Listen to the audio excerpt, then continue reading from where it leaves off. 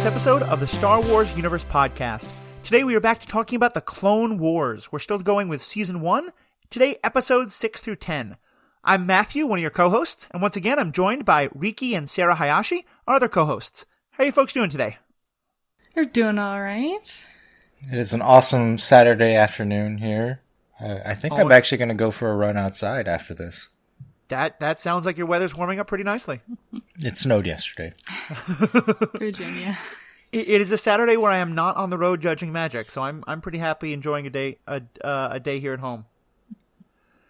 So let's chat a bit about what we're talking about today. Today we're talking about episodes 6 through 10, the Clone Wars. We've got a couple of kind of episode arcs, although they bounce around a little bit. Starting with the episode arc around R2 and Anakin being lost and alone without his droid and trying to rescue his droid. And then about kind of some further repercussions of that, about Darth Sidious being upset at General Grievous, and General Grievous eventually sort of having to fight some Jedi. And as before, we're assuming that everyone who's listening to this has seen most of the other Star Wars properties, and that you've at least seen Star Wars The Clone Wars up to this episode. We will have a spoiler section later where we talk about how these episodes fit into more of what we know about the Clone Wars from what we've seen already. But for right now, we're just going to be focusing on up to episode 10. So we'll go over episode by episode in a moment, but starting out, what are you guys' thoughts on these episodes? Terrible. Yeah. Yeah, season 1 is pretty bad. Yeah. So the last episode, the first episode of the podcast, we did 1 through 5, episodes 1 through 5, and I just arbitrarily chose those because I noticed that they were written by the same person, Stephen Melching. So I thought it was kind of interesting that the show opened that way, and maybe that was to give it a little consistency or something like that. But here we start to just get into complete randomness. Because you mentioned we have 6 and 7, Downfall of a Droid, and Duel of the Droids. I'm looking at the list, these are both directed by the same person, Rob Coleman, but then episode 6 is written by one person, George Christic, and then episode 7 is written by two completely different people, Kevin Campbell and Henry Gilroy. So I don't know why they're doing that, but yeah, I think it's adding to the kind of like randomness of this season in a lot of ways. I think that's very true, and I think I like this show because it has a lot of very interesting plot arcs, and overall it has a number of character and plot arcs, but there's an awful lot of filler. And this is both, I think, we're now kind of spoiled that almost every TV show now is a really kind of focused story over a season, and we don't get much kind of episodic television. And this is not, from 20 million years ago, but it's from before that was really common, and especially with a kids show and a show that was on very often, I think there was much more of a push to just have a lot of filler episodes. And there's some interesting stuff we learn about characters in these, but I definitely think these are pretty filler. And I will say, I remember, Riki, as you were first watching these, I woke up one morning and got a text that just said Jar Jar, really? With a whole bunch of question marks. And I definitely have the same feeling here. I appreciate that he has a smaller role than he does, but the Jar Jar episodes are by far some of my least favorite, and we unfortunately get a really obnoxious one in this group. Mm-hmm. Yeah, it definitely feels like they're still sort of trying to find their footing as a series. And just kind of throwing in a bunch of random plot lines and almost seeing what sticks. Well, they're still trying to figure out what to do with the character of Ahsoka. Mm-hmm. Because she, in this set, she still refers to Anakin as Sky Guy. Yep. Also has an annoying nickname for R2-D2. We talked about R2E in the... But yeah, and so the first 2 episodes that we're talking about this season, or this episode rather, it's where R2-D2 gets lost and Anakin goes to go save him, and most of the Jedi counts are like, it's just a droid, don't worry about it, dude. But it's revealed that R2-D2's memory has never been wiped, so they're like, oh yeah, no, go get the computer filled with all of our secrets. And here, take this replacement droid along with you. And Ahsoka, like, instantly befriends it because it's like a cute little astromech. And turns out Goldie. Yeah. She gives the new droid a nickname immediately. So the new droid is R3S something. R3S6 and is basically R2 but gold. Yeah. Right. And turns out he's a double agent working for Grievous. Spoiler alert. But yeah, and it's just like, she seems very naive, very like, giving everything nicknames, playing very childish almost. And she advances past this pretty quickly, but yeah, it seems like they're still trying to find what she should be, what her character is. I think that's a good point. And I think that's kind of true of her, but also I think of the show in general. My feeling is, and Riki, I didn't know who had written and directed things, so I appreciate you really finding that, because I think it just confirms this. I get the sense that at this point there wasn't really a strong showrunner who was like telling all the directors and writers, here's what we're doing and where we're going. It was just kind of, make 25 entertaining minutes for kids with these characters, and if you can hit these character beats, great. And I think that might be why the feel of it feels kind of all over the place. Because you're right. I think there's a number of things. Anakin, I think we do get some really interesting development of Anakin's character. And we learn more about the kind of relationship between some of the Separatist leaders. But overall, it just feels like kind of all over the place. Yeah, definitely. I mean, we do stick with the theme like we were talking about last week with Anakin and how he's developing feelings for other people, like attachments to other people. Or droids, yeah. Like R2. So they mention when I think Obi-Wan's chastising him for never wiping R2's memory. He's like, well, it's come in handy a couple of times. But in like a big military operation like this, like you definitely would assume that those pros do not outweigh the cons of just like having all of your military strategy stored in one adorable little astromech. And it seems like the reason he's not wiping his memory is because he's become attached to R2. It's because R2 is the Force. R2 is the Force. Have you heard this theory? Yeah, well, that he uses... Well, I've heard that like he uses the Force in A New Hope to like explode R5-D4 and make sure that he gets taken along with 3PO. There's that. When we are first introduced to R2-D2... First, I say, chronologically first in the movies, in Phantom Menace, R2 is just a random astromech droid on Padme's ship, and then like several other astromech droids fail to make the repairs on the outside of the ship, and then R2 does. And so like R2 consistently has been the hero, at least in the movies, who kind of miraculously does things. Like R2 helps Anakin, child Anakin, quote unquote, randomly destroy the droid control ship in the Battle of Naboo. And so it's just kind of like always there. Obviously helps Luke Skywalker in the Battle of Yavin. So there are some fans who believe that R2 can use the Force or is in fact the living embodiment of the Force. Living. Yeah. Yeah, I mean, I think that's like why R2's my favorite character. I think because he's the only one throughout the whole Skywalker. Yeah, I was going to say trilogy, but that's not accurate. 9 movie they call it the saga. Skywalker saga. Yeah. That he knows everything, right? Like he knows what's going on the whole time. We don't have any other character. Some of the plot awkward. Yeah, it's like, haven't you met these people before, R2? Because at the end of Revenge of the Sith, when Bail Organa takes custody of the droids, he tells Captain Antilles, make sure to wipe C-3PO, that protocol droid's memories, because he knows too much about this secret stuff he should know. Doesn't mention R2.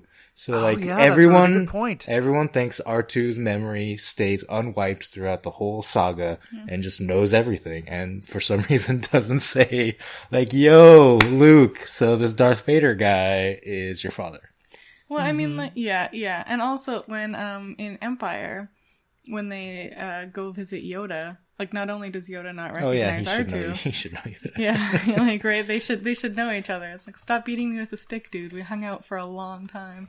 So I don't know if that was just a mistake for Bale to not mention R2, or if it was deliberate at that point to kind of play into this. R2 is a part of this, but it's interesting. Yeah, it's a fun theory. I've heard some other ones about R2, not that one, but I think you're onto something. The two of my other favorite things about kind of related about R2 is that R2 is basically the Gryffindor of the whole story, and that pretty much every time you hear him beeping, it can be translated as "hold my beer." Sure, because he has such a like, okay, I'm going to go do the crazy thing. But you're right. He is the one who, him and Chewbacca, but even, like Chewbacca, at least it's pretty easy to get a sense of what he means most of the time.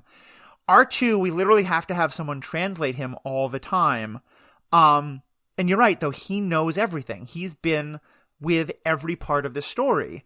In a way that I found a little annoying in the prequels, but I do think there's something kind of interesting about why he is through all of this, and I kind of wish that someone had explained that more, because my sense is they just felt like R2's cute, let's throw him in, without realizing what the plot ramifications of that were, but I do think it's kind of fun.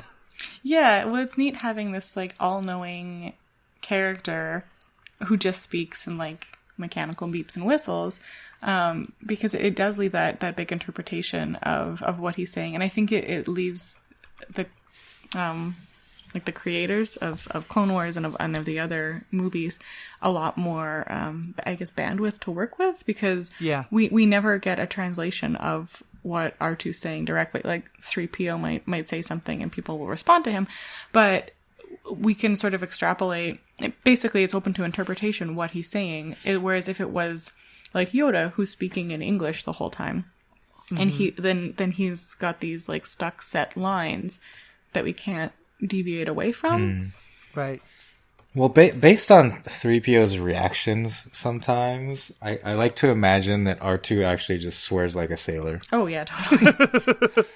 I mean, I think there are a couple times where specifically he's like, there's one time in The Last Jedi when R2 is trying to convince Luke to come back, and Luke says something and R2 really disagrees with it, and Luke actually says, hey, watch your language, we're in the sacred temple here.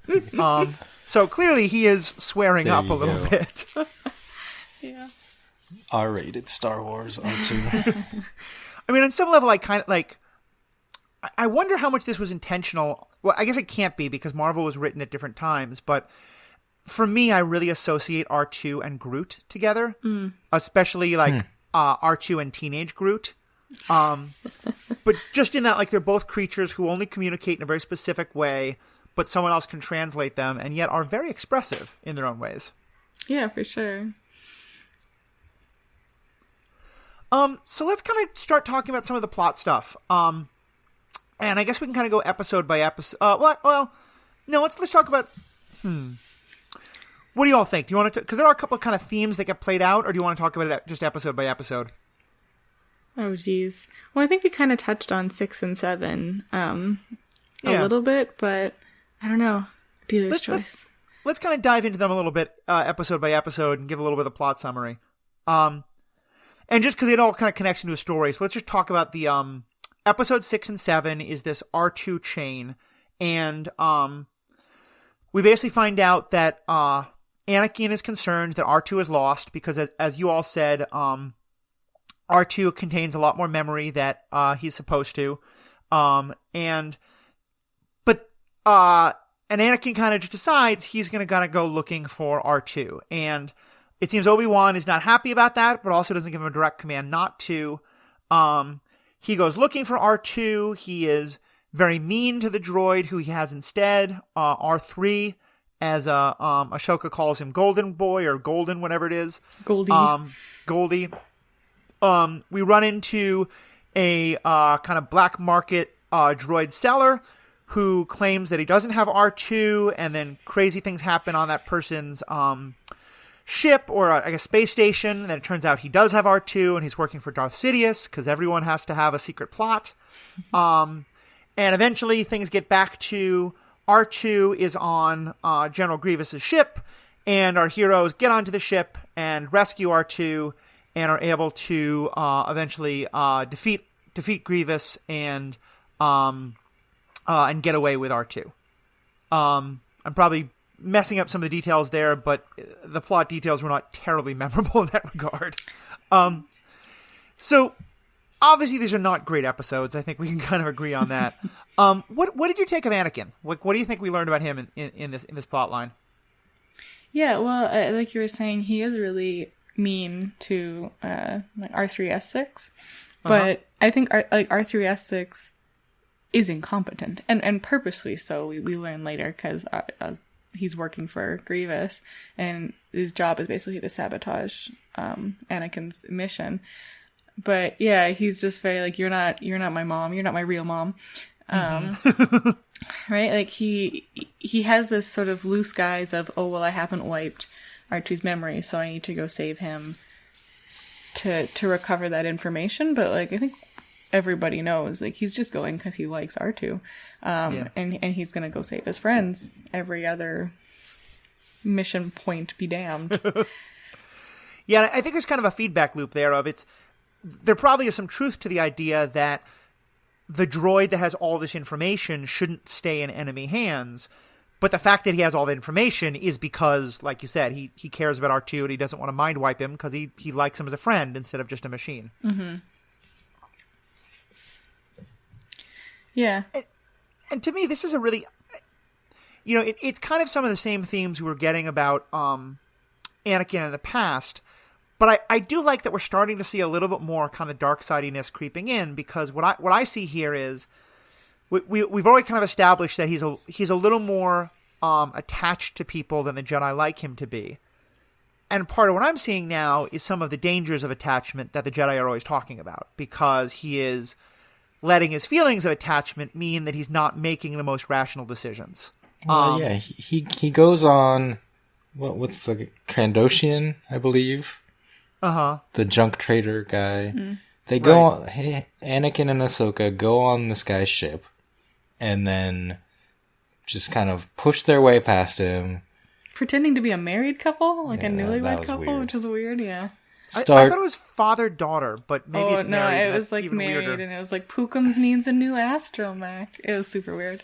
He just cuts up the ship with his lightsaber, puts holes in the door, blows up the assassin droid merchandise, and then I think threatens him even with his lightsaber as they're leaving.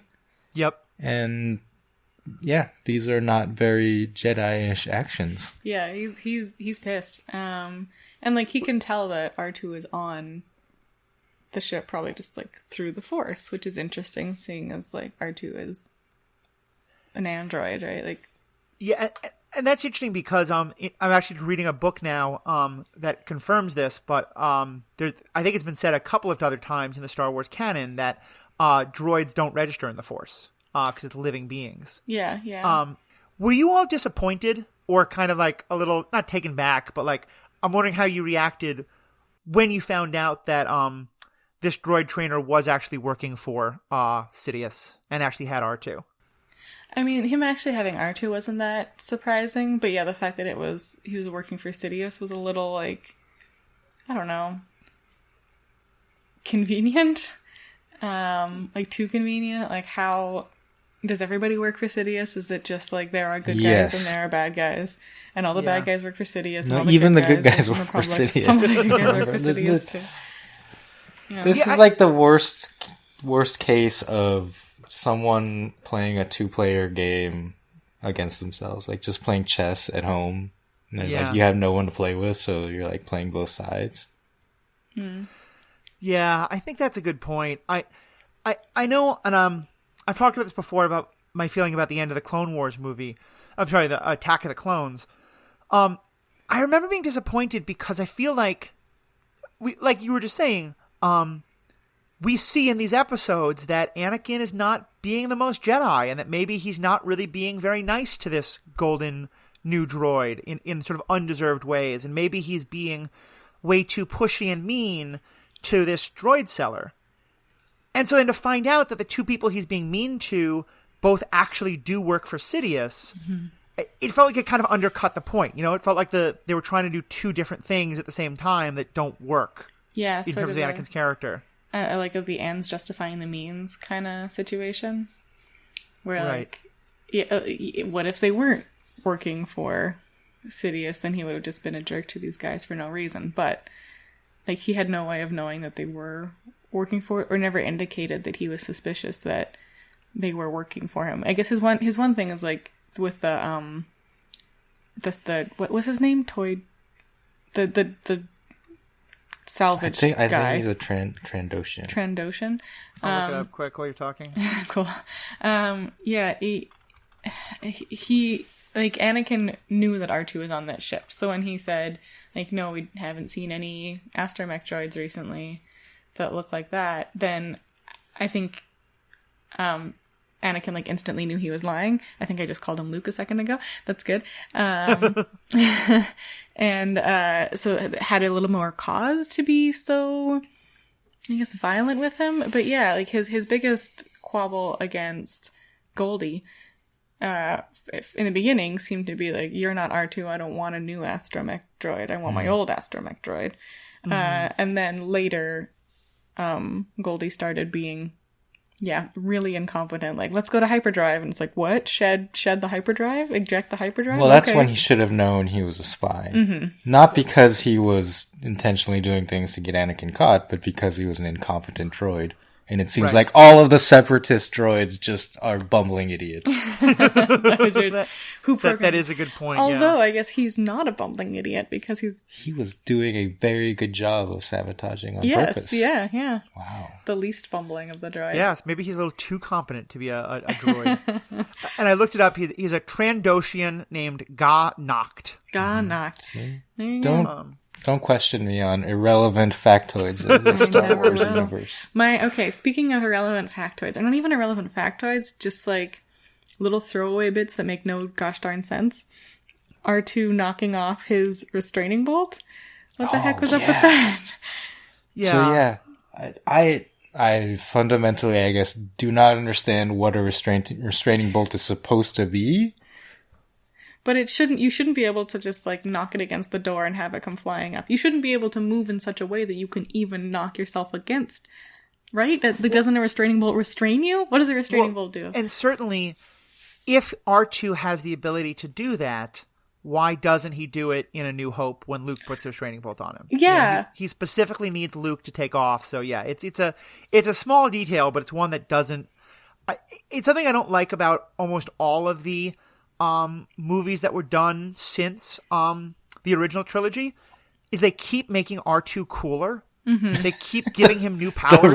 The jet rockets. Yeah. The jet rockets and like, it's just like, okay, well, then why didn't you use those in Empire or Return of the Jedi? Like, come on, man. Yeah, like, especially if they were giving him, like, cool new powers in the sequels, then, like, sure, whatever. Yeah. But yeah, especially in the prequels, it's like, why aren't you using your rockets anymore? Why aren't you using your ability to remove your force or your because original trilogy R2 can't even get upstairs. Yeah. In theory. Which seems like a big design flaw, but it does.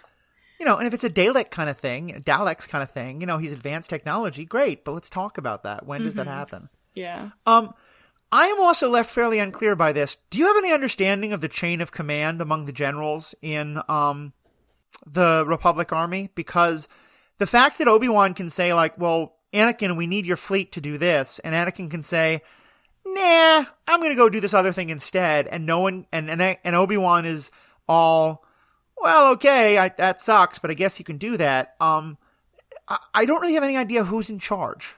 I don't think anyone is, and I think that's kind of like the point. Like, there is it oligarchy where it's like a ruling by like a few heads. So I think that's what they're like trying to be, this very like, they are the council and the council leads as like a unit, and there's no like one head honcho like there is. I mean, I guess so that I think that's among the Jedi though. And then once you get to like the Republic in general, I mean, clearly you have like Palpatine is the chancellor and consolidates all his power and gets sort of a special wartime effort to be the leader. But yeah, before that, it seems like it's just everybody has sort of an equal say kind of situation, which doesn't seem the most efficient. But and I Riki, I'm turning this to you especially because you're really good with the specific details. But my sense is that this hasn't been consistent because I think there's already been times when Obi-Wan did give Anakin a specific order and Anakin had to follow it. Am I remembering wrong there, or? I don't know. Anakin is pretty inconsistent in terms of how he responds to orders, and I think it's just kind of plot-based, whether he follows orders or not. Yeah. In terms of rankings, the use of general, like all of the Jedi, it seems, are generals. Right. That we encounter, or at least all of including the 12-year-old intern, which makes no sense to me whatsoever. I think Ahsoka is actually referred to as a commander at some point, so I think Padawans are commanders. But there's a lot of confusion here because, at least in terms of contemporary military rankings, general is like a ground-based army rank. And then we have admirals, like Admiral Yularen, and that is in contemporary military, that's a naval rank. And we often see this in science fiction where they port over naval ranks to starships because they're quote-unquote ships. Right, it's the fleet.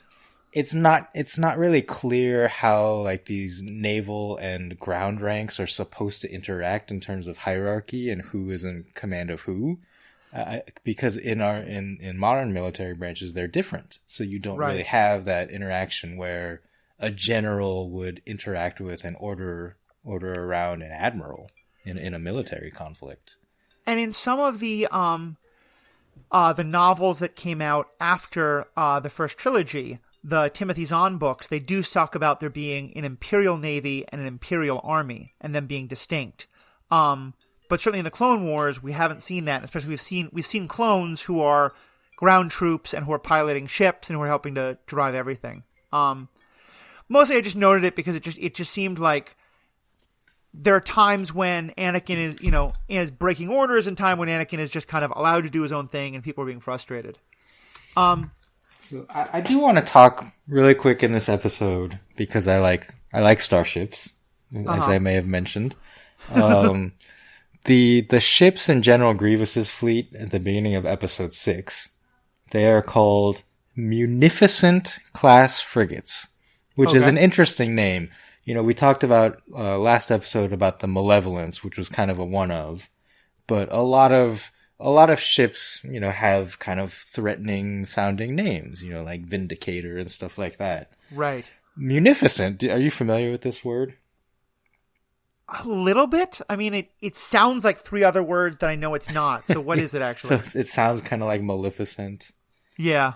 It is, the definition of munificent is of a gift or sum of money, larger or more generous than is usual or necessary. Okay. So maybe like a bribe-ish kind of thing, or just, like to curry favor.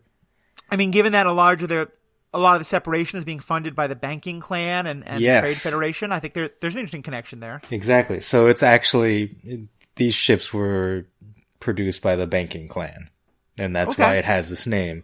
But I hope, like this, so that's the class of the frigate. I hope the individual starships have, names like income tax and stuff like that. that is financially based. The prime rate. Yeah. Yeah, I like that idea, and it again, it's one of the things that frustrates me because clearly some of the writers are really paying attention to little details, which makes the fact that when they miss huge details just seem really confusing to me. Well, this whole thing is confusing. Well, yeah, right? That's also very true. The banking clan, like who is the banking clan? Why are they doing this? And I'm sure there's a book or a comic book that explains the banking clan in depth, far more than we would ever want to know. Yeah. Jonah Kellman will be able to come on sometime and tell us all of that. But I'm kind of it's sort of the same thing I bring to Marvel, which is that the comic books help me better understand Marvel movies and give me different perspectives. But I feel like it is legitimate to say I need things in the Marvel on-screen universe to make sense in and of themselves and not need me to go read a book to explain them. And I kind of hold the Star Wars universe to the same standard. That it's cool to read the stuff, but if it doesn't make sense just from what I know on screen, then that means it's not something went wrong in the storytelling. Mm-hmm. One other thing I noticed is General Grievous is saying impossible at least 3 or 4 times an episode by now. Is that the inconceivable of this universe? Did you notice this as much as I do? I did not. What I noticed was the repeated use of "I have a bad feeling about this," the classic Lando/Han line. Mm-hmm. Yeah, it is used, I believe, in every single Star Wars movie. Yeah, and it's sense. now used in like at least 1 out of every 2 or 3 episodes in this show, Yeah. if not more often. It's definitely overused in season 1. I'd agree with that. All right, so let's go into Episode 9 and 10. 8 actually first. I know What? it involves our Episode least 8? favorite character. Here's the thing, though. Okay, so episode 8 is a really weird one because it brings in 2 of my least favorite characters in the universe, also 2 of the most racist, Jar Jar Binks and Newt Gunray. Yes. But it also brings up, I think, a very fascinating plot line in terms of a planet that doesn't know if it wants to be in the Republic or the Separatists. So let's spend 2 or 3 minutes just bashing the characters we don't like and then maybe talk about the good parts of the episode. And just for a quick summary, we find out that the planet that, I forget the name of the race, but basically if you remember Guido, the person who Han does shoot first, that is not in question, Guido, it turns out, comes from this race that is a planet on the edge of the galaxy that has not yet decided if it's going to be with the Republic or with the Separatists. And the main thing we know is that it is really going through very hard economic times because it's a poor planet and because of the war.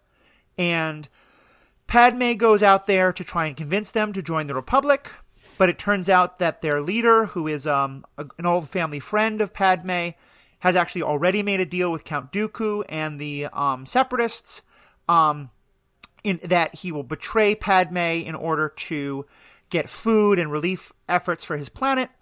Hijinks ensue, in which, among other things, a unnamed person pretends to be a Jedi and helps to rescue Padme. That unnamed person making annoying noises that we hate, because, yes, it is Jar Jar.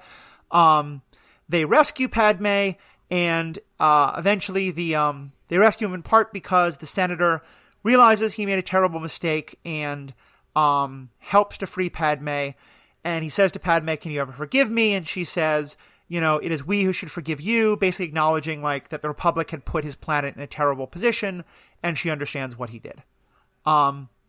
So, okay, let's get it out of the way first. Jar Jar and what are the racist Asian stereotype race called? The Nemodians. Nemodians. The Trade Federation types. Give us your rant about Jar Jar and Newt Gunray. Well, I mean, it's more than a rant. Mm-hmm. I can rant about how racist the accent, and then the fact that they are, portrayed as physically weak. Mm-hmm. And use droids to fight instead of themselves, and are focused on finance and trade. Like, these are all amazing stereotypes that I grew up with, right? Like, So what more can I say than it was horribly startling and insulting to see these characters.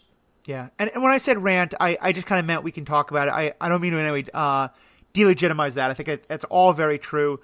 And in the same way, just for anyone who hasn't really heard this analysis before, Jar Jar Binks is also a character who, if you understand what he's doing, as he's basically very much a stereotype of Caribbean, especially Jamaican men stereotypes. The patois that he speaks in, the kind of, I think they're supposed to be ears or something, but they look a lot like dreadlocks. Mm-hmm. The way he is portrayed as kind of super happy-go-lucky and always a little out of it. I mean, almost stoned. But, I'm just here to be a happy servant and to do what I can for you. You can almost hear massa coming out of his mouth. Yeah. He's very much a racist Jamaican stereotype. I think both of these characters are, they're both horribly racist and also just deeply unpleasant to have on screen. They don't really add much to the plot. They kind of, in some ways, for me, part of what is so frustrating about this episode is reminding me that there are serious political machinations happening in this world, but that this is also a world where Jar Jar Binks can become a senator, which makes it hard for me to take seriously the idea of political machinations in this world. So, beyond the rant, here's kind of the more interesting part about race in Star Wars. Go for it. The original movie, A New Hope, was obviously very white. Right. In terms of the actors. And that's just a reality of, at the time, it was a kind of low-budget, shot-in-the-dark movie that George Lucas was making, right? Right. So 1970s, the movie industry was white. You're just making this movie on a whim. Sure, that's what most of your actors are going to be. And that's fine. And that continues kind of into Empire Strikes Back. You do add, Billy D. Williams to the cast. But by the time you get to Return of the Jedi, what you have is you have a successful movie franchise, you have a bigger budget, and you have this expansion of the universe where you are adding different races, races in terms of space races to the picture. Yeah. In A New Hope, you had the 30-second scene in the cantina where you just kind of one shots of a bunch of different masks of races. And that was the budget they had. But by the time you get to Return of the Jedi, we get the Mon Calamari, led by Admiral Akbar, as a very prominent part of the rebellion. You get Jabba the Hutt and all of his different minions, the Gamorrean guards and all of that. And so there was a real expansion of the different space races in Star Wars at that point. And what it solidified was that the rebellion was this multiracial collective of people. And the Empire was still just a bunch of white men. And the canon has developed in a way that that the Empire is in fact a human supremacist organization, right? We all accept that is a truth of this universe. So what's interesting to me is then going back to the prequel trilogy, where you have this republic with all these different planets, all these different races. How do we go from a diverse republic to a human supremacist empire? Yeah. And I don't know if this was intentional on George Lucas's part, but basically casting aliens as the enemy, as the other, because you have the Neimoidians as the evil people in the Trade Federation. Other races in the Separatists are the Geonosians, who actually build the droid army, and then we see how all of these different races come together as the Separatist Alliance.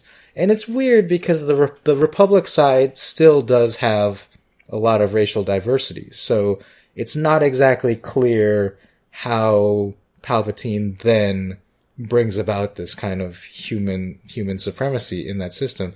But at least casting aliens for the most part as the enemy is interesting to me. And we can see how that might set up a future where the humans take control and kind of, literally or figuratively enslave the other races. Yeah, the time between the end of Return of the Sith and the beginning of New Hope is a time that has really not been explored at all. The movie Solo is set during that time, and whatever you think of that movie, it doesn't really flesh out any of this story of how does it become more of an all humans thing. One thing I think is interesting, especially in the show, because it's easy to forget because the art is done in such a way that it's not abundantly clear. But the clones are not white. The clones are clones of whatever it is in the New Zealand world, but the original Maori. Maori, thank you. Yeah, the indigenous people of New Zealand, is that the actor is from that community. And so they're all supposed to be cloned on someone who is of a brownish skin color. And certainly not white, at least in our world. Yeah, but then they get wrapped in the white outfit of the stormtroopers. Yeah, no, that's definitely true. And I think the point there about the alien as other is a really interesting one, especially because Star Wars still is very locked into, and it's something we've talked about a lot on the Superhero Ethics Idea podcast, that the easiest way to get an audience to hate a race is to make them ugly. And so you're right, like in Jabba the Hutt's world, where all of the aliens are supposed to be our enemies, they look like crazy lizard people, or they look like, pigs, or they look like, all these things that look like nightmare creatures. Whereas when we meet some of the Republic, allies, they look more cuddly, or they look more like friendly. Do you remember, what is the race of the co-pilot who flies with Lando in Return of the Jedi? I don't actually know his race. You're talking about Niemnob. Niemnob, yeah, and you can picture what he looks like. He looks a lot less scary than most of the Jabba enemies. And that's kind of problematic too. Like they write and play that in like a comic relief kind of way. It's like a proto Jar Jar to me in a lot of ways. I can see that. But yeah, there's definitely racial coding that's happening all throughout these movies, and I think Jar Jar. I think the Jar Jar and Gunray are probably two of the worst examples. Although we'll definitely talk about more as we go along. So yeah, Jar Jar is a character is bad because he is a walking Deus Ex Machina. Yeah. Where he just solves problems by accident. In this episode, he accidentally falls over and destroys 4 battle droids who are trying to capture him and 3PO. Right. And 3PO is like, Jar Jar, watch out behind you. There's a crab droid. And then he pratfalls and the crab droid falls into the lake. Mm-hmm. And it's just ridiculous and unbelievable. But I think in a lot of ways it's intentional because this show is partly for kids.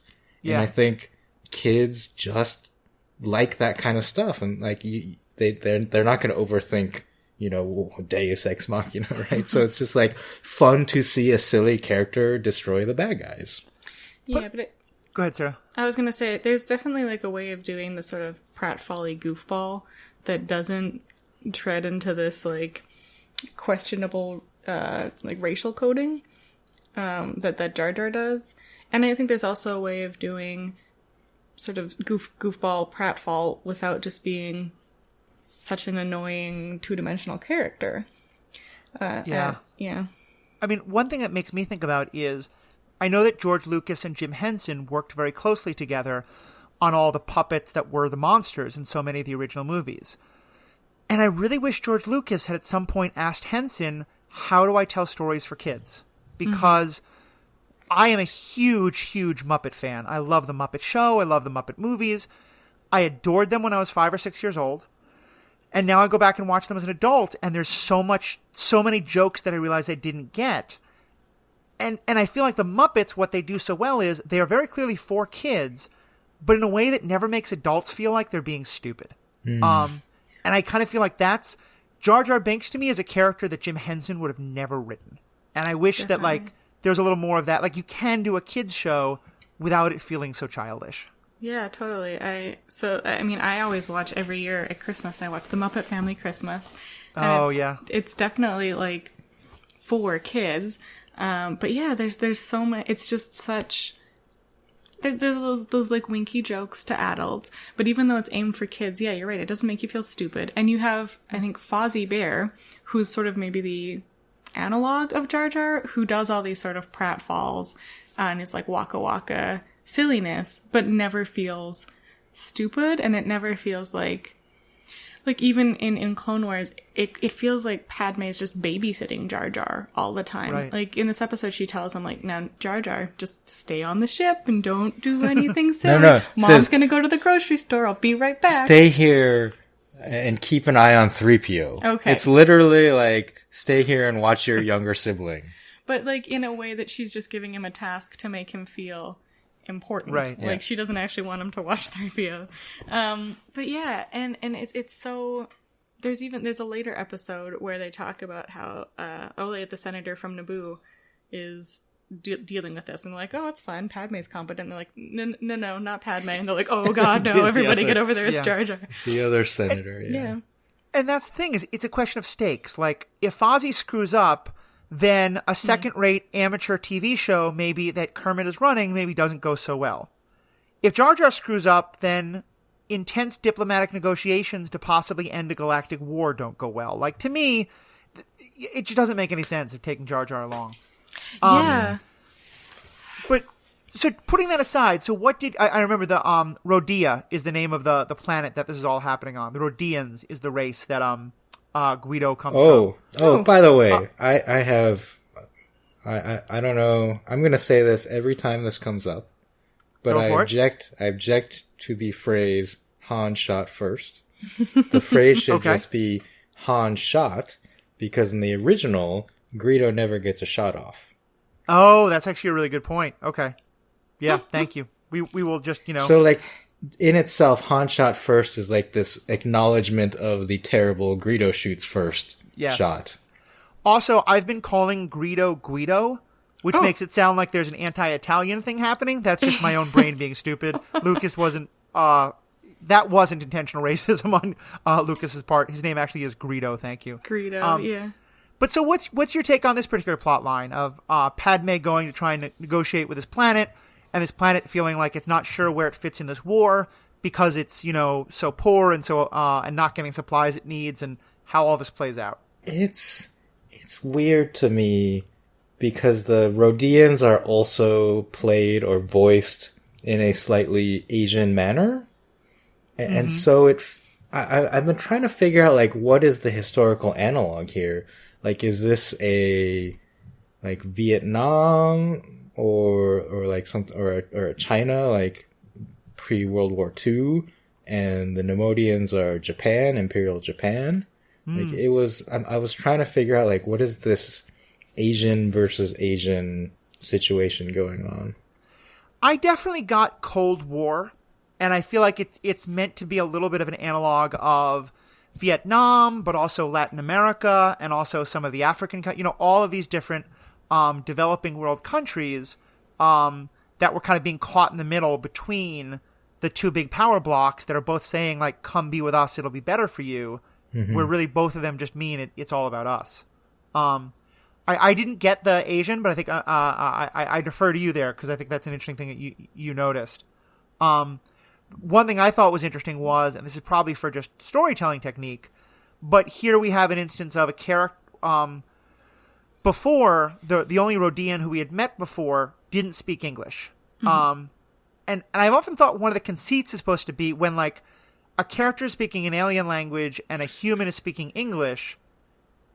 My interpretation of that always was that their biology doesn't allow them to kind of make the words of the other's language, but they can understand each other's language. That's why they're not speaking the same language. So I did think it was funny that the Rodians were speaking English. Well, there's one Rodian who only speaks Rodian. Okay. So but maybe it's the diplomat is the one who knows how to speak it. What's what is it that you kind of know? Was it something about the accent, or just kind of the way their culture was set up that read as Asian to you? The accent, mostly. Yeah, Uncle. What does she call him? Uncle. What's his name? Oh, Ona. Oh, Una. Yeah, I forget. But Padme refers to him Ona Conda Far. So I think Ona. She calls him Uncle Ona. Yeah. He. Yeah. I definitely picked up the, like, slight Asian accent as well. But yeah, it's so interesting because when Padme gets there, she's like, please don't join the Separatists. Like, the Republic is totes going to be there for you. And he's like, well, my people are starving, and Sidious has well, I guess he's not going by Sidious, but or is it? Yeah, Sidious No, is his it's normal Dooku. name, and then Dooku, Dooku. Count That's Dooku. it. No one knows. No No one one knows knows Sidious is in charge. Yeah, like, publicly. Dooku has said he's going to give us food, so we're going to go with the guy who's going to give us food because we're starving, which is like a totally understandable position. But then as soon as they get there, they kidnap Padme, and he's like, no, this person is like my niece, let's not kidnap her, and then go so far as to they're going to assassinate her, and they're also not giving food to the Rodians, so it's like he like has instant regrets, and it's again a situation where the bad guys are like laughably bad, right? In a not subtle at all way. Certainly, it's to play more on the Newt Gunray point. Someone needs to give this person the book How to Make Friends and Influence People, because it's just, you're right, it is so literally cartoonishly dumb, you know.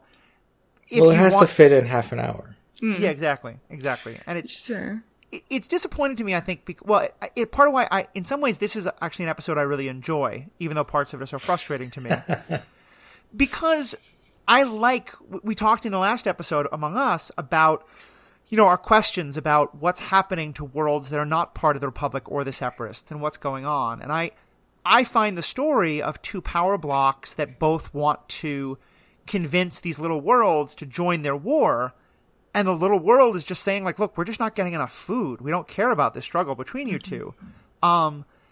I found that, and I found the conversations between the senator and Padme, the two senators, really interesting.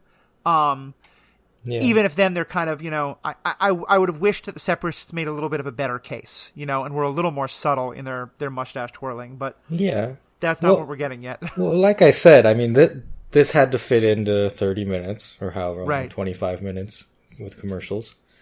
If they had more time to develop this, it would probably be like the Separatists offer them these things and give them some of it, but secretly, you know, like, are cutting them short or whatever. Like, that's how you would actually manipulate this political situation, not just immediately be like, ha ha ha, you get nothing.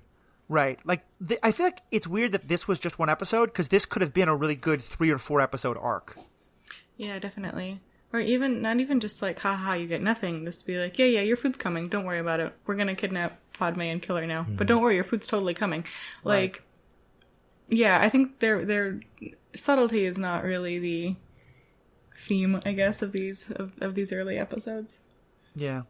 Which is funny because... Oh, go ahead. One subtle thing, I did not pick up on this until the second viewing. Oh, yeah. Was the Jedi robes that Jar Jar dons in order to trick the Separatists into thinking that he's a Jedi? ? Like, why are these Jedi robes on Padme's ship? They're Anakin's. Oh. He left his robe on the ship. Yeah. Yep. That's you know, sometimes you leave your pair of pants at the booty call's house. That's what happens. But he, like, you don't realize it, because 3PO is just like, there are Jedi robes in here. Like, what are they doing here? And it's like, wait a minute, what are they doing here? That's a very good point. I had not picked up on that, but this is one of those times where I have no idea if the Clone War writers intended that, or maybe like the fourth guy on the writing staff threw that in, hoping no one else would notice. Yeah. But it's a great point either way. Yeah, and also, but the fact that Jar Jar's putting on, like, he's not even putting on the robe to disguise himself as a Jedi, is he? He's just putting it on as a disguise. And later people see him in these obvious Jedi robes and are like, a Jedi is here. And he turns around and goes like, a Jedi where? Yeah, that whole thing, let's just the less we can talk about that, the better. Gosh. Okay, by the way, I was reminded from the previous droid episodes, the planet that Grievous is attacking is Bothawai. Oh, okay. Which is the homeworld of the famed Bothans. Who are the spies who died to bring the second Death Star plans. Right. You need to explain your big plot reveal or something. Well, no, like, so Bothans actually play heavily in the first Thrawn novel trilogy. Yeah. There's a senator from Bothawai who is Leia's primary political opponent. They have a light blue fleur that changes, that you can sort of read their emotions by. Seems inconvenient. Shall we? For a very subtle spy-like race. Shall we move towards the 9th episode? Ooh, before we do, I just have one like Jar Jarism that I want to. So, oh dear. Well, it's it's like the most clever line. I don't know. I thought it was clever. So there's a point where 3PO is like, "We surrender, we surrender," and then Jar Jar says, "Forget about render, we surrun," and then they turn around. Oh my goodness. Okay, and I just I love and hate that line. That's kind of a good one. Yeah, I'll give you that one. All right, so that episode ends with what am I trying to say? That episode ends with Gunray being captured. Mm-hmm. So episode 9 is Gunray has been captured, and now there is this epic battle to try and rescue Gunray, led by Ventress, who is the woman, dark Jedi, Sith, who is the kind of mentor of Darth Sidious. Apprentice. Yeah, thank you. Mentee. Sidious is her mentor. Mm-hmm. She comes on board the ship to try and rescue Gunray. There is another woman Jedi of a different race whose name I forget, who is there, and she and Padme together fight Ventress. There's a big fight all throughout the ship, and it eventually turns out that a member of the Republic Navy, a captain, actually a part of the Senate Guard, betrays them all and is working for Sidious and tries to help Gunray escape. And I believe it ends with, I'm trying to remember, I believe it ends with them foiling the escape plans.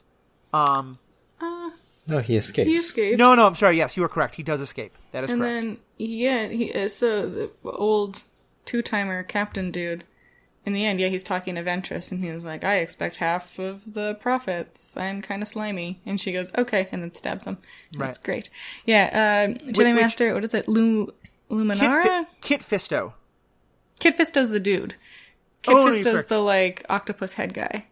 Luminara... I'm reading it here. I don't know this. Luminara Unduli? She's like... She has an apprentice in a later episode that we meet, and then her and Ahsoka... Yes. Become friends. But yeah, I think there's an interesting thing where, like, again, this idea of, like, don't get attached, don't let your feelings get in the way. Whereas Ahsoka's kind of, like, taunting Gunray a little bit while he's in prison. Yeah. And, like, some, like, stuff's going... Ahsoka's been ordered to stay there and watch Gunray. But there's, like, Asajj Ventress who's, like, fighting in the other parts of the ship, and Ahsoka, who has Anakin for a master, obviously wants to disobey orders and go get in the fight. And then the captain, who it turns out is working for the other side, he's like, the reason we're not droids is because we're not programmed. We gotta use our logic and our intuition to do stuff. So, like, I think you should totes disobey orders. Right. And she's like, "Oh yeah," and runs off, and he's just like, "Well, that was easy," and, like, stabs everybody else and releases Gunray. Why is it like anyone putting all of the pieces together? Like, well, boy howdy, like this Senate guard that you sent sure did betray us. And it's just like we're just gonna accept the fact that we have traitors in the midst everywhere. Yeah, and it's like, oh man, that information that Palpatine gave us sure was bad. Someone must have given him bad information. Well, yeah, the Senate guard that he sent sure was bad. How could anyone have foreseen this? Yeah, no, I'm definitely with you there. One small plot, not even a plot, but just a detail that drives me crazy because I don't know why I care so much about this, but this is the second in 3 episodes in which a Sith master or a Sith force wielder has stabbed someone who thought they were their enemies in the back, literally through a chair. And so that's weird, but I and my first mind thought, the furniture. Well, my first thought was mind the furniture, but when the captain slides off the chair chair is perfect. And it is so annoying to me because it's like you literally just stabbed him through this chair. There should be a smoking hole in the chair. And on a live action show, you can understand why they would make that mistake. Right. But in a cartoon, you should be able to just draw the hole.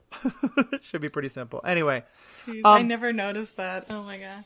I will say one of the things I think that is really cool about this episode is we get a protracted, and I think fairly well animated lightsaber battle between three women. Mm-hmm. Or, I don't want to say three females because that sounds like I'm a Ferengi, but three members of three different races, all of whom are female. I think three women works because that's, I don't know, whatever the term is. But yeah, it's a really awesome lightsaber battle between the three of them. Which I really liked as a moment because women don't always come off the best in this show. We've been getting a lot of damselness. And so I did like that scene quite a lot. As well as the dynamic between... It was fun getting to see Ahsoka not with Anakin. Yeah, definitely. And going off and sort of like... You could see sort of the Anakin influence when she goes off to go save this other Jedi Master who is... Originally, it's just her and Ventress fighting, and then Ahsoka's like, well, clearly they need my help. And goes in. And I mean, it turns out they do. Like, she was like, I think she was like trapped under a column or something like that Ventress shoved on her with the Force. Well, Ventress uses two lightsabers. Yeah. So you need a second lightsaber. You need a second person to just involved. Stack Otherwise. up. Yeah. And I mean, Ventress is also very good at what she does. Right. Is she? Yeah, she's no slouch. Okay. I mean, it's interesting because Unduli, I think that's how you pronounce her name, the other Jedi, at one point, berates Ventress for being like a sloppy version of Count Dooku of Sidious's style. Mm-hmm. And I think that's meant to just sort of get under her skin because we've seen Ventress Ventress, as far as I can tell, is as good as the plot needs her to be. Yeah. Because she's very good when we want to see her be very good. And she's very easily defeated when we want to see how good Yoda is. Mm-hmm. Yeah. Definitely. What's your take on Ahsoka in this? As you said, Ahsoka gets pretty mad and pretty emotional. Yeah, well, I mean, she also gets, like, very easily manipulated. Yeah. Which is, I think, again, another tick in the ignore your emotions column. She's a youth. She's youths. Yeah. Yeah, well, she's definitely got that, like, headstrong... And also the, thinking she's important, I guess. Yeah. And, like, it turns out she is. But just this idea that, like, me, this Padawan, this Jedi Master needs me to come and help battle. Otherwise, like, she's never gonna make it. Yeah. But does it make sense for Ahsoka to be so similar personality-wise to Anakin at this point? She's like the light, fun Anakin, it feels like. But my understanding of the Jedi system is that they start indoctrinating them at a very young age. Mm-hmm. Mm-hmm. Right? Like, when we meet Anakin in A Phantom Menace, he's, 10 years old? Right. And they say, he's too old to start the training. Meaning he's too old to indoctrinate. Mm-hmm. So presumably Ahsoka would have gone in at the normal age and had non-Anakin people teaching her. And then all of a sudden, when she's a teenager, I guess, she gets this kind of offbeat, rebellious master and then just immediately changes? Or, I don't know. Is that... Certainly I would have liked to see someone along the way go... maybe Anakin's not that good a teacher and we should give her to someone else because, there seems to be this laughable, oh, well, that's just Ahsoka. She's just as kind of wacky as her teacher. Even though at the same time they're saying, oh, by the way, that laughable wackiness of her teacher will possibly lead the two of them into becoming some of the most evil, lead them to the dark side, which is something that they're all pretty solidly against. It definitely seems like a pretty big inconsistency. Plot device. Yeah. I like Ahsoka. Her character is rapidly becoming way less annoying and way more relatable. Not yet, but she's on the way. I don't think she's used a cheesy nickname in this episode. I will say Ahsoka is one who by season 3 or 4 gets to be a much, much better character. Mm-hmm. Did she have a cheesy nickname for Ventress? I don't think so. I can't remember. I think she calls her Baldy. Yes, that's what it was. I feel like that's less of a cheesy nickname and more of a taunt. Yeah. But sure, yeah, all right. I concede to that. to me, the moment that really threw me, and I guess maybe it's supposed to be again showing Anakin's, the combination of Anakin's influence with her being so young and not a full Jedi. And I did at least like it that the other Jedi really calls her on it. But is the moment when Newt isn't telling them things and she gets really mad at Newt and basically the police interrogation equivalent of shoving them against a wall and being about to punch them. Bad cop. Yeah. She was bad cop. Doesn't she threatens him with a lightsaber, right? Right. And she later claims that she didn't mean that she was going to do anything, but she doesn't strike me in that moment as like she's making a calm, rational decision to scare him. It strikes me as she's letting go and losing herself in her anger and, flying off the handle a bit, which is something that, if that's a cop in an interrogation room, I'm not very happy about that. And if it's a Jedi, it seems like that's supposed to be much worse. Well, it depends on what precinct, because if it's Law and Order SVU, boy howdy. Yeah. I mean, I do like that Luminara calls her on it super fast and is just like, this is not the Jedi way. I don't care if you're actually intending to use violence on him or not. Like, this isn't how we interrogate people. This isn't how we treat our captives. Yeah. We use the Force to pry open their minds. Yeah. Much, much better. Yeah. Why use brute force? Brute force. Wait a minute. Yeah. But oh gosh, brute force. Oh my goodness. Okay. That's bad. That was a bad pun and you should feel bad. Mm-hmm.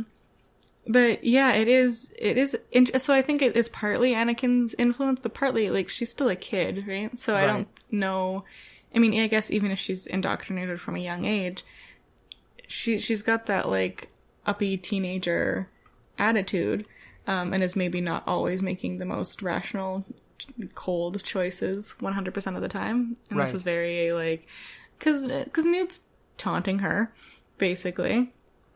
And she just kind of snaps on him. The idea that I get out of this is that, I think, Riki, you're right, that, like, the Jedi indoctrination should have gotten most of this out of them. But maybe there's a certain thing that just happens, teenagers are teenagers. And the idea is sort of, once she gets to be a Padawan, a good mentor will kind of help bring them out of that. And that, instead, Anakin is doing the exact opposite. And I guess that understanding kind of tracks for me, even though it doesn't quite make sense. So it's like when the kid leaves home for college and joins like not a cult. What am I thinking of? Like a frat? Yeah, frat. Okay. Yeah, I can see that. Well, like, I mean, right, because, like, Anakin's supposed to mentor her and show her, like, the ways of the Jedi and how we deal with situations like this with our calm, cold, rational thinking, when instead he's, like, threatening, like, scrappers with lightsabers and not following Obi-Wan's orders. Yeah, so she's like, well, if it works for Anakin, I don't think she has a reason to think that this isn't a bad, and you're setting a bad example, Sky Guy. Yeah. Gosh. So should we go to the last episode that we're talking about today? The Lair of Grievous. It is a very grievous episode. In this one, Jedi Master Kit Fisto and his former apprentice Nadar Veeb follow the tracking beacon of the stolen ship to the planet Vasek. They find the ship outside a castle, but Gunray's not on board. And it quickly turns out that what we have found is the Jedi have been lured into a trap, and it's a trap. The also lured into this trap is General Grievous, and Dooku is basically a double trap. Two Admiral Akbars, the price of one. Yeah. Well, isn't let me finish the summary quick. Yeah. And so Dooku's plot is that he wants to kind of test Grievous because Grievous has been failing a bunch recently. So he wants either for Grievous to succeed and prove that doubts about him are wrong, or for the Jedi to kill Grievous once and for all, and thus Dooku know that he needs a replacement. And the end result is that the Padawan of Kit Fisto, Veb, is a little bit more emotional than he should be. Kind of again going back to the conversation we just had about Ahsoka, rushes into battle and is killed by Grievous. And Grievous winds up eventually escaping, but certainly does not kill all the Jedi that Dooku would have wanted him to, and the battle's kind of a draw with everybody left unhappy. And mostly I walk away going, wow, this is the first time, like, we were talking before about how a lot of people die in this episode, and this is the first time that a named child Jedi, I mean, like, he's like 15 or 16, I think, and we develop an attachment to him in the episode, and he dies. And that hit, not that hit me in like an emotional way, I think I was a little bit emotional about it, but it definitely was like, wow, this is, two episodes ago we had Jar Jar Binks and a super kid show, and now we have some really adult content. Yeah, but so when this episode started, and people were flying into the double trap, it was pretty obvious to me that the kid was I start calling them red shirt Jedi, reference to Star Trek, the red shirts who beam down with. Anytime you have someone in a red shirt who beams down with Kirk, Spock, and McCoy, that person is dead. Right. And so you have, Master Kit Fisto, who, if you watch the movies, he survives until he confronts Palpatine. So Kit Fisto can't die. Spoilers. But this other Jedi who we've never seen, probably dead. I think he's mentioned in an early episode. Fisto? Yeah, his character is first seen during the opening newsreel of the episode Rookies. Yeah. Not Fisto. Neeb. The Mon Calamari kid. Oh, really? Yeah. Huh. I thought he was related to Akbar somehow, so I looked at his little wiki page. He is not. It's just the same species. But he is Mon Calamari, yes, thank you for that. Yeah, and which is the kind of, like, it's a trap. Wink, wink, nudge, nudge. Oh, right? Yeah. But yeah, the thing I like about this episode is, like, the sassy caretaker droid. Who has to deal with Grievous, and how we get more sort of references to Grievous's choice to replace so much of himself with droid bits. So the caretaker droid has to, I think it's like replace Grievous's faceplate. It's cracked. Yeah. And we get like a really, a moment where I'm questioning this is a kid's show, where he has to like take the faceplate off and put it on with a new one, and we just hear like Grievous's agonizing screams. He's like, why did you do it? Why would you even do this? And he's like, it makes me stronger. This was my choice.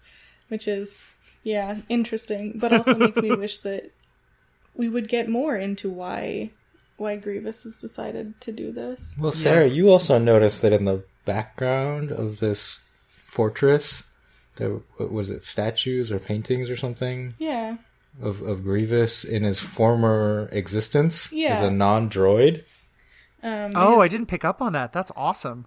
Yeah, he's like a four-armed, it starts with a K and I'm gonna find it again.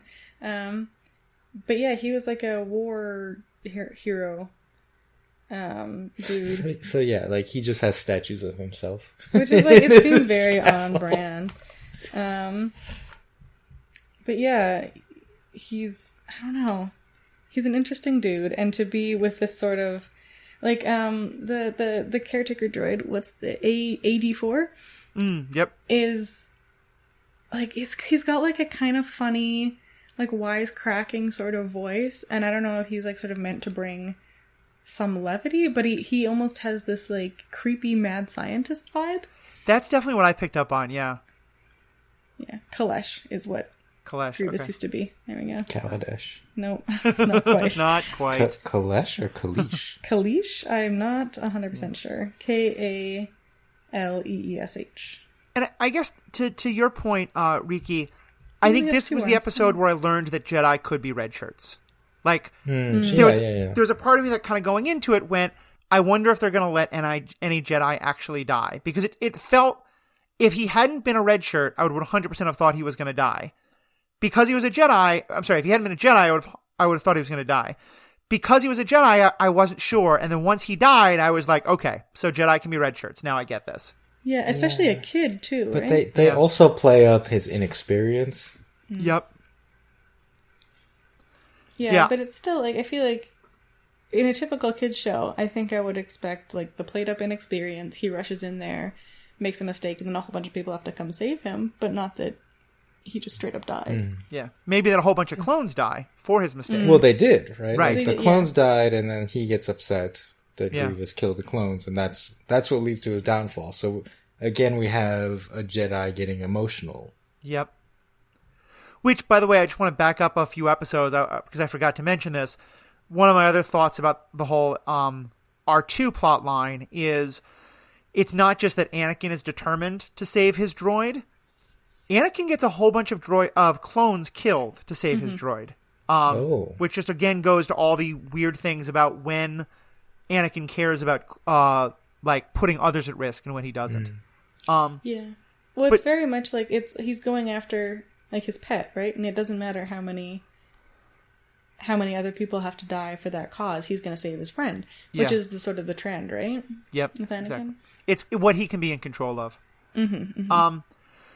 So yeah, overall, this episode I thought didn't really tell us much. A little sad moment with the Jedi, a little more of Jedi need to be careful of emotions, a little more about Grievous, but again, would have liked a lot more. Is there anything big you guys kind of picked up on from this episode? So I've had to watch it 3 or 4 times because I keep falling asleep. It's not super compelling, even despite it being so like seemingly action-packed. There's also just like not a lot going on, and nothing to really keep my attention. So yeah, I had to actually like watch it a couple times to get all the way through the episode. Yeah. Action is not interesting on its own, in my opinion. Agreed. And that's the problem I have with a lot of these episodes is I call them pew pew episodes where there's a lot of action, but it's just, people shooting lasers at each other or just lightsabers hitting each other over and over again for no reason.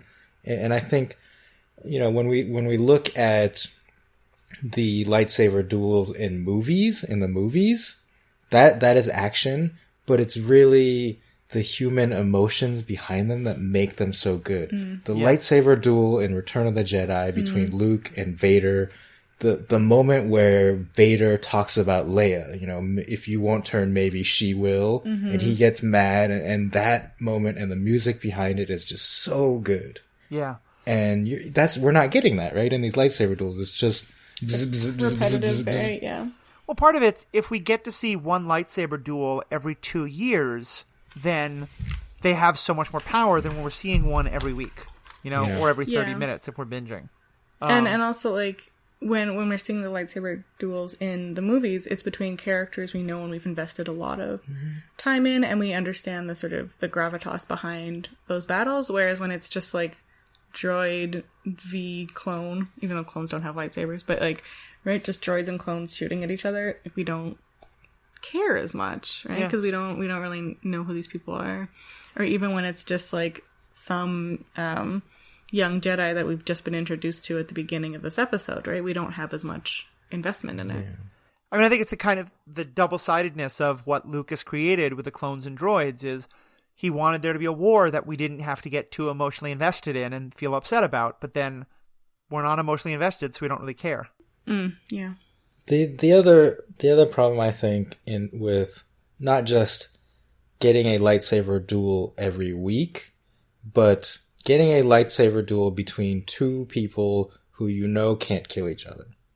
Because we know the plot. Yeah. Because we know that Grievous has to make it through. We know certain Jedi have to make it through. So like anytime you have Grievous versus Obi-Wan, it's going to end in a tie, or like someone's going to escape or whatever. Like, so it's hard to get emotionally invested in that. Yeah, that's a good point. It's the problem with prequels that I think that these, unfortunately, they do a very good job of filling in the details, and it's kind of why I think a lot of my favorite episodes are about the clones, because we don't know which of them survived and which don't. And so there isn't, like, I like the episodes that are not about the characters who we know where they wind up, because then there is a lot more potential for surprise and not knowing where they find themselves.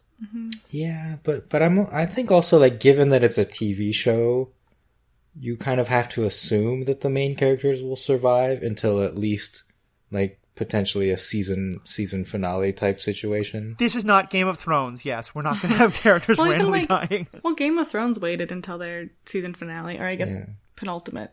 But it's like, it's hard to imagine, even if we knew nothing about the future plot of Star Wars, it's hard to imagine just randomly, like in season 3, episode 6, Obi-Wan defeats Grievous, right? Like, that's just never going to happen. Yeah, that's not the way TV works, even now, but especially back then. Yeah. I mean, I don't know. I could see, like, some of the minor characters that are introduced just in the Clone Wars. Like, who knows when Ahsoka's gonna go? Probably not until the very, very, very end, but, like, we don't see her in the movies. Like, I think Rex is the only clone we know survives. Yeah, and no, like it's Cody. Cody? Oh, It's Cody. I'm sorry, it's Cody. It's not Rex. Yeah.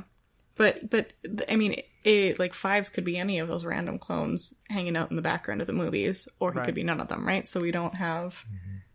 We have that uncertainty with them. Look, we haven't gotten to that point in our viewing, but if at any point Rex dies, I might actually cry to a cartoon. Oh,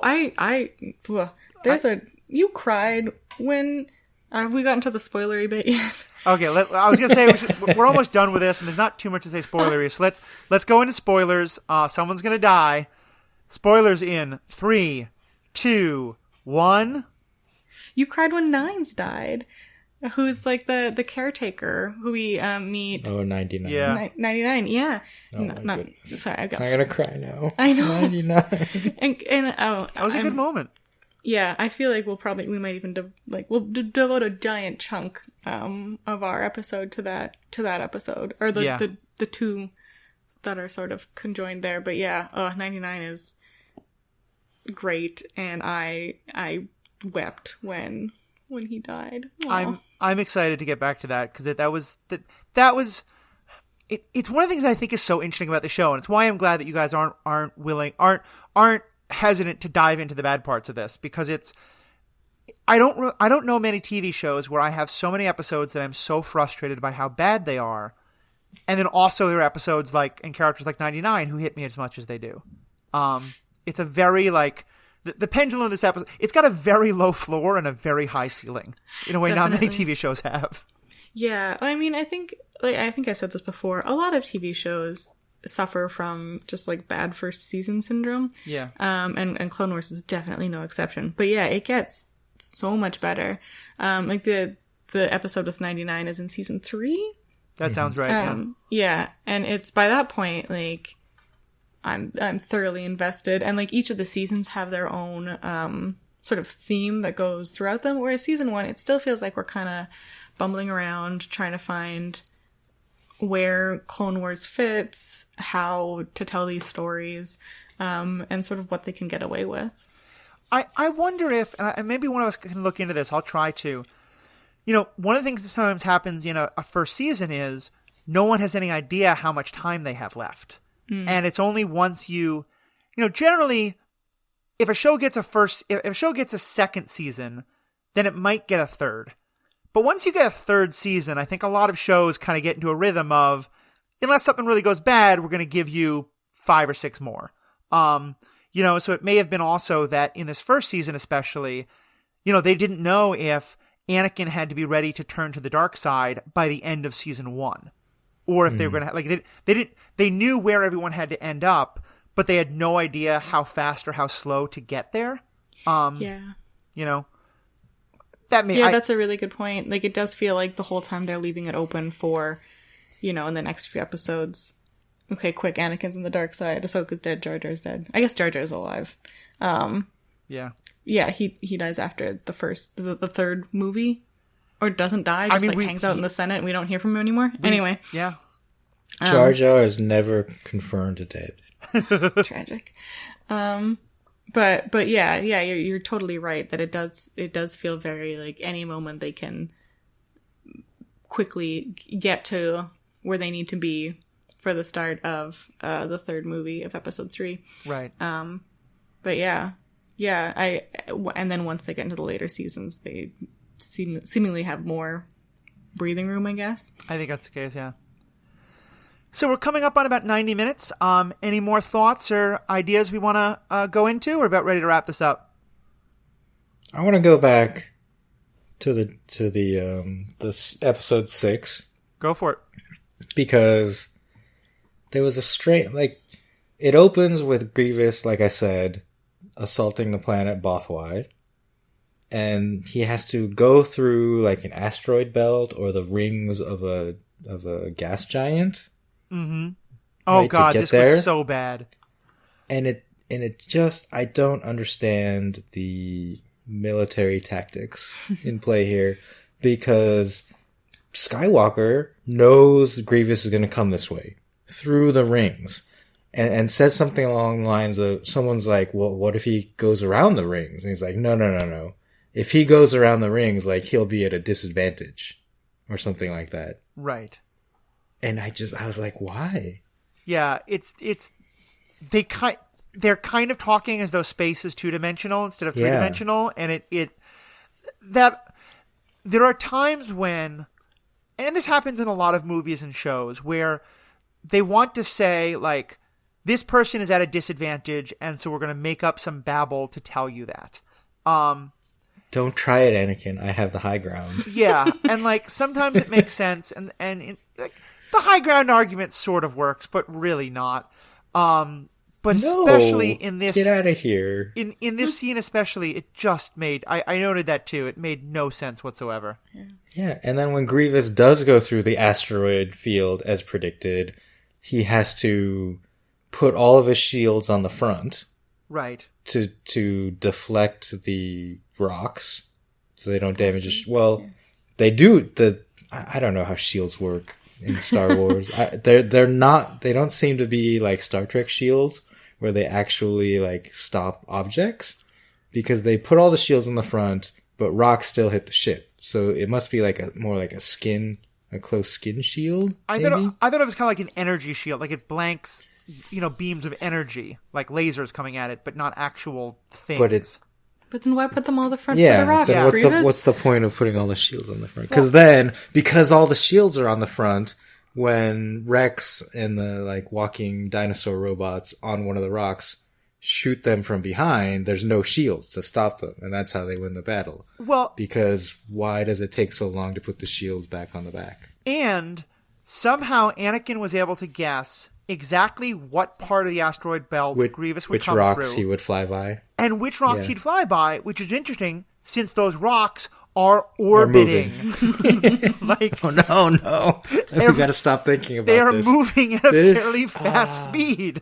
Like, yeah, that whole scene is just absolute garbage. Yeah.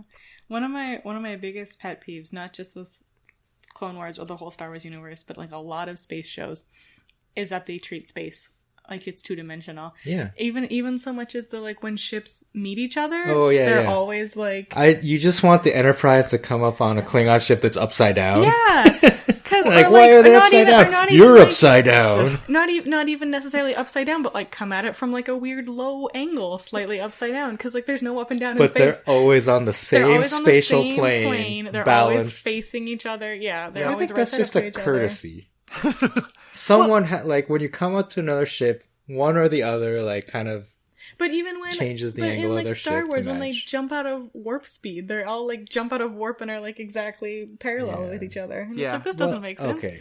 No, as long as we're talking about technical things that bug you. Oh my gosh. Well, can I say one other thing? Can I say one other thing on the Star Wars part? The space flight first? The other part of me that really bugs me about that is that ships bank in space. Yeah, why? When banking is all about the aerodynamics of in air.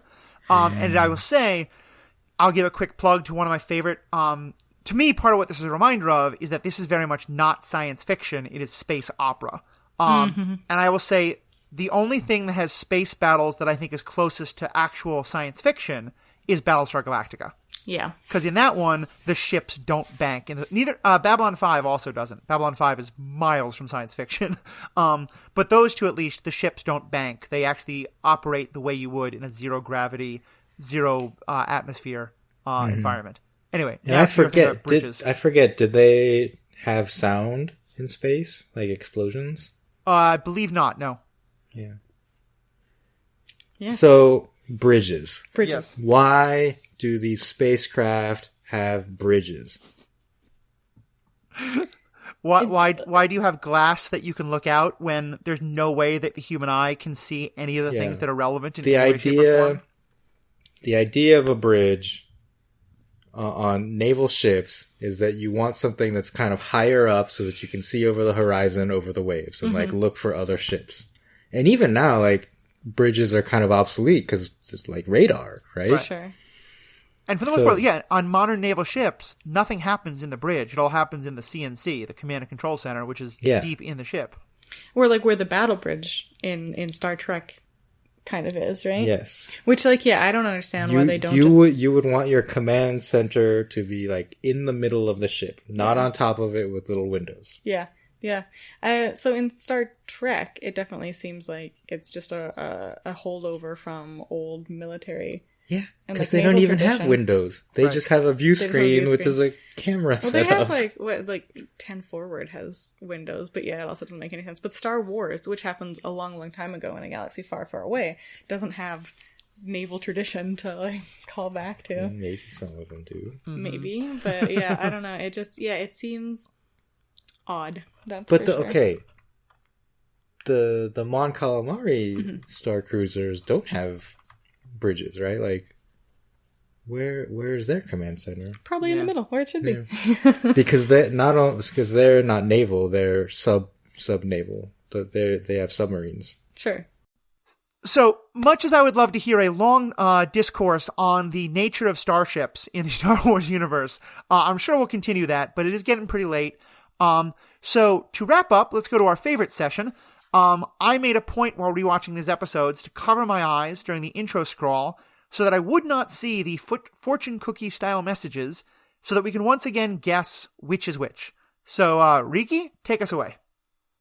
Okay, so this time I think what I'm going to do is read to you both I'll randomize the order, but the opening message of the episode and then the fake fortunecookie.com message, but don't tell us what your guesses are, because I think we want to give the audience a chance to write their guesses in. I like this and maybe just like write down your guesses, and then in the next episode I will reveal during the fortune cookie section how correct you were. I like this one. And also, audience, obviously you can look it up. Please don't. The whole idea is to have some fun guessing, as well as just to play some fun with the idea that these intro messages are kind of dumb fortune cookie messages. So feel free to have a guess, and I think that's a great idea. We'll reveal it on the next one. So go ahead. So Matthew and I are going to write down our guesses for these ones. Yeah. Okay, cool. Or like I can just record the guesses on my spreadsheet. All right. There's a spreadsheet for that. Of course. So, episode number 6, Downfall of a Droid. The keyword that I used was friend. So, quote number 1, trust in your friends, and they'll have reason to trust in you. Quote number 2 is, a stranger is a friend you have not spoken to yet. So give me your guesses, but I will not tell you which one is correct. Okay, well, I'm going to guess number 1. I'm guessing number 1. Because I feel like number 2 is just like, it feels like an adage, but I mean, I guess like Star Wars can just use an old adage in the beginning. Yeah. Yeah. Episode 7, Duel of the Droids. The keyword was heart. Quote number 1, you hold on to friends by keeping your heart a little softer than your head. Or quote number 2, use your head but live in your heart. Oh, this is tough. Because they're both that kind of fortune cookie, like a radical communist and a Nazi could both use either of these to justify their beliefs. You know, like that's how wide open they are. Can you read them again? Okay, quote number 1. You hold on to friends by keeping your heart a little softer than your head. Quote 2. Use your head, but live in your heart. I'm going to guess number 2. Ooh, I'm going to guess number 1. Okay, I'm going to record these guesses. And episode 8. I forgot that this was the title. Bombad Jedi. Oh, gosh. Keyword was times. Quote number 1. It's the worst of times. You need to summon your optimism. Sorry, that's like... There should be a period. It's the worst of times. You need to summon your optimism. Okay. Or quote number 2. Heroes are made by the times. Number 2. Oh my gosh. Go ahead. Yeah. No. Give me your reason, because I have no idea. It feels a little more like war propaganda. Like, the first one feels like it's more applicable to everything. The second one feels a little more like it's about, like, you know, the kind of thing that would be written on, like... To me, that's like an inspirational poster in the barracks of the clone, forward army base. Yeah. Okay. Wait, Totally. you're saying with number you. 2? I'm with you. Okay. Yeah. So I'm going to say number 2 too. Matthew has convinced me. Right. Whatever you say. Episode 9. Cloak of Darkness. The keyword I searched for was instincts. Quote number 1. Ignore your instincts at your peril. Or quote number 2. When in doubt, let your instincts guide you. Oh no, they're the same thing. Oh gosh. I think peril feels like a Star Warsy word, so I'm going to say number 1. Yeah, I think that's solid reasoning. I'll say number 1. Okay. And finally, episode number 10. Lair of Grievous. The keyword was power. Quote number 1. Discover the power within yourself. Or quote number 2. Most powerful is he who controls his own power. What? That's the quote. Number 1 doesn't sound like a fortune cookie. It sounds like a gym slogan. Sure. I think... Read them both again? Okay. Quote number 1. Discover the power within yourself. Yeah, that does sound It does sound like a gym quote, yeah. Quote number 2. Most powerful is he who controls his own power. I think it's the second. I'm going to say the gym slogan, number 1. Okay. All right. I have recorded your guesses, and we will talk about these next time. Woo. Well, again, thank you guys for being a part of this. And to all of our fans and listeners, thank you so much. Let us know what you think. Write in with your guesses. Write in with your thoughts on this episode. Write in with what we got right or what we got wrong. All of our contact information is on our show notes. All of it is the Star Wars Universe Podcast. You can find us on Twitter. We have both a Facebook page and a group, and I'll put up the questions for the end of the episodes there.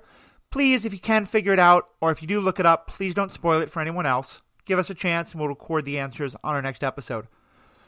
If you want to hear more from me or from other people like me, this podcast is part of the Stranded Panda podcast universe. There's a lot of great other podcasts on there, including my own, Superhero Ethics, and the Orville Universe podcast, as well as others great fan podcasts like this one about the Marvel Universe, DC, Star Trek, Watchmen, a whole lot of great things. So please check all those out. And please, most of all, please keep listening to this. Share it with your friends. Give us reviews on iTunes and places like that. That's how we build the listenership. That's how we build the community. Have a great day, folks.